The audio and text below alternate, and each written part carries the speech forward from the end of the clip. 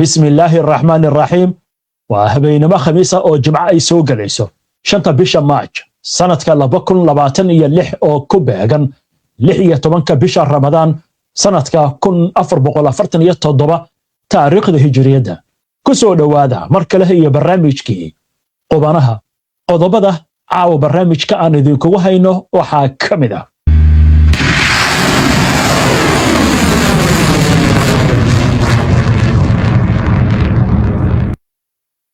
habeenkii toddobaad ee dagaalka bariga dhexe Iiraan iyo Xisbullah oo caawa duqeymo isdaba joog ah ku qaaday waqooyiga Israa'iil iyagoo si gaar ah u beegsanaya magaalada dekedda leh ee Haifa iyo saldhigyada ciidamada ee dhanka waqooyiga warbaahinta Israa'iil oo shaacisay in Mareykanka iyo Israa'iil ay ka fakarayaan inay dhimaan weerarada ay ku hayaan Iiraan haddaba maxay tahay sababto sheeko cajiib ah oo muuqata in dagaalkan uu keenay isbeddel la yaab leh ayaan idiin haynaa Iiraan oo shaacisay inay diyaar u tahay ciidamo dhanka dhulka ah oo waddankooda ku soo duula Mareykanka oo dagaalka soo geliyay diyaaradaha duqeymaha istiraatiijiga ah ee B-52 kadib markii waxa laga qaban waayay duqeymaha Iiraan madaxweynaha Faransiiska oo codsi dagaalkan la xiriira u jeediyay Iiraan wasiirka gaashaandhigga Israa'iil oo ku andacooday inay ka go'an tahay ridista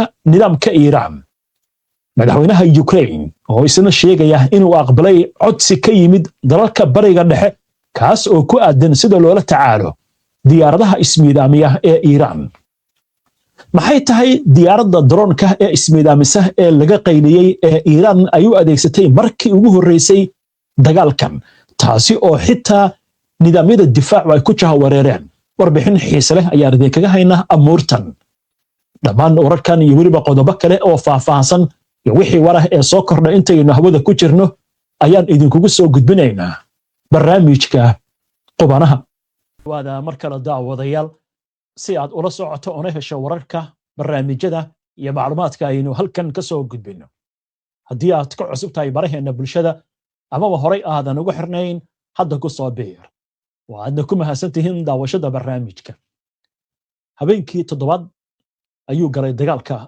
bariga dhexe waxaan idin haynaa sheekooyin cajiib ah oo dagaalkan la xiriira iyo isbedello muuqanaya laakiin waxaynu ku hormaraynaa Iiraan iyo Xisbullah ayaa xoojiyay duqeymaha sawaariikhda iyo diyaaradaha droniska ee ay ku hayaan Israa'iil goordhaweyd seeriga digniinta ka bixiya gantaalada ayaa laga maqlay magaalada Haifa ee waqooyiga Israa'iil iyo meelo ballaaran oo ka mid ah waqooyiga Israa'iil kadib weeraradan gantaalada warbaahinta Israa'iil waxay sheegtay in ay ka yimaadeen Iiraan iyo Lubnaan wargeyska iyo dhaco taxranood ayaa sheegaya in seeriga digniinta ka bixiya laga maqlay aaga Golan ilaa iyo Haifa kadib markii gantaaladan la soo riday telefishinka Al Jazeera ayaa dhankiisa sheegaya in 4 gantaal laga soo riday koonfurta Lubnaan kuwaasi oo ku dhacay gobolka Jaliil isla wararkan wakaaladda wararka Maahir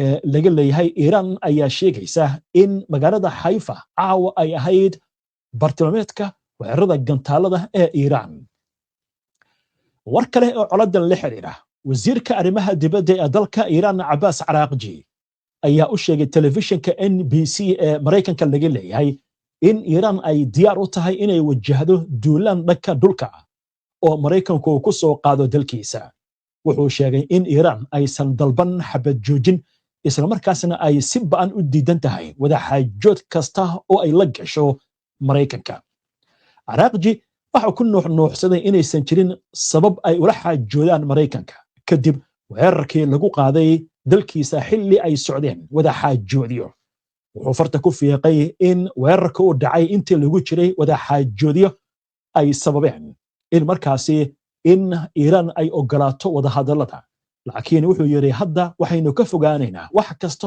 oo wada hadalaha mustaqbalka Araghchi ayaa ku nuuxnuuxsaday in Iiraan aysan qorsheynin in ay xirto marin biyoodka Hormuz balse ay tixgelin karto dhammaan fursadaha haddii dagaalku sii socdo waxa kale oo uu sheegay inaysan jirin wax xiriir ah oo uu la leeyahay ergeyga Mareykanka Stephen Witkoff iyo Jared Kushner oo Trump saddex u yahay isla markaasna xiriirkooda uu joogsaday ka hor dagaalka.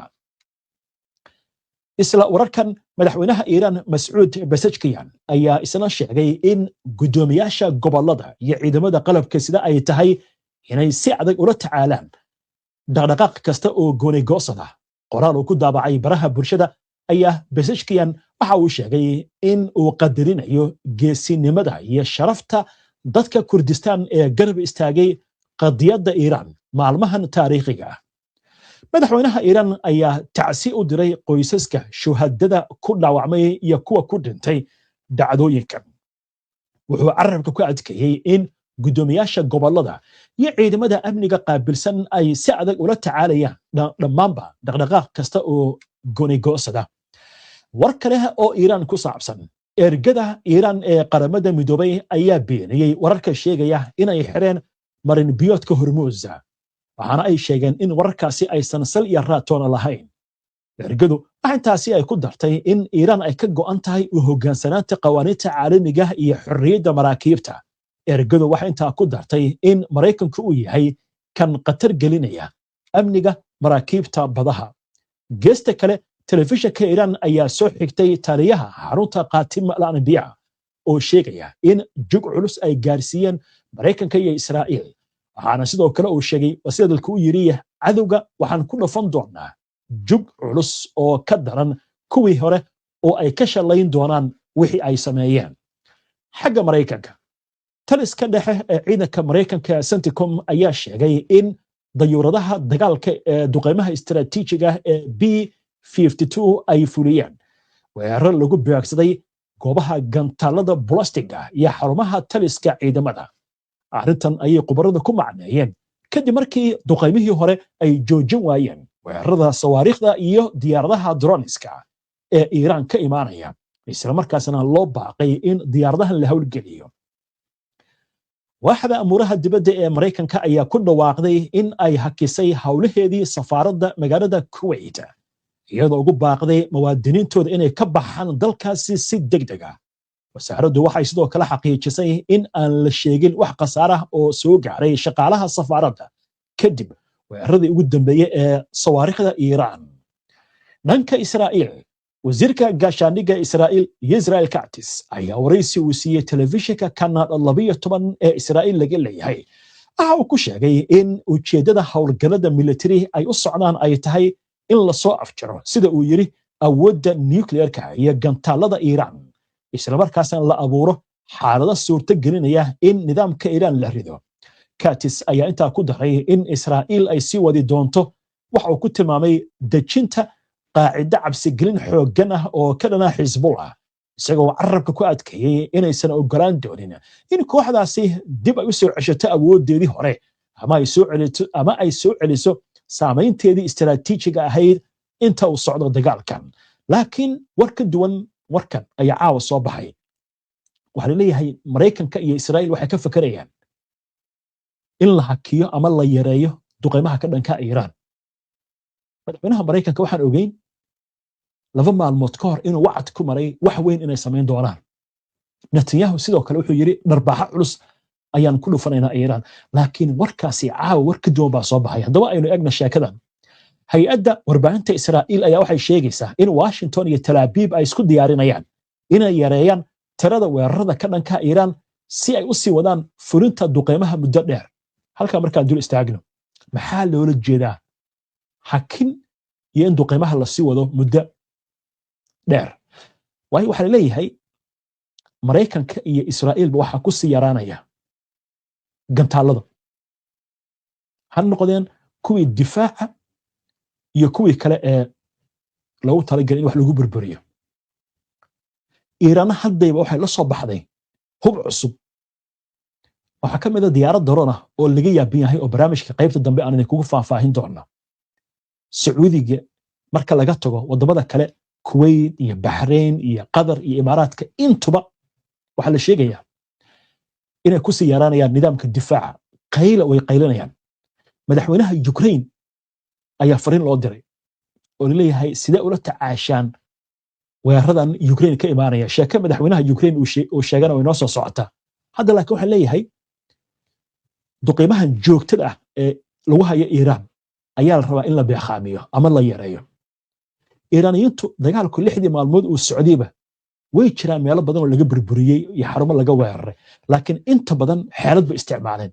waxay sameeyeen 3,000 oo gawaari been abuur ah oo laga sameeyey buufin, qaarkood laga sameeyey alwaaxyo, qaarkood gawaari gabowday iyo ciidamadii aysan isticmaalin imika ayaa biro loo suray. birahaas ayaa waxaa la sheegayaa in la duqeeyey.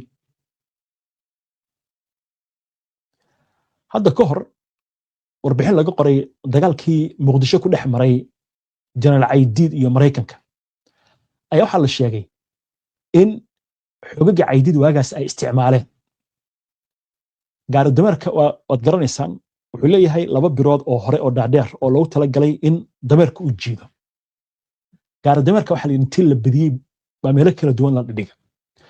diyaaradihii helikobtarada ahaa waa 1993 waxay burburiyeen qaybta dambe ee gaari dameerka intii birihii kor loo jeediyey. markaas waxaa loo qaatay inay yihiin gawaari teknika ah.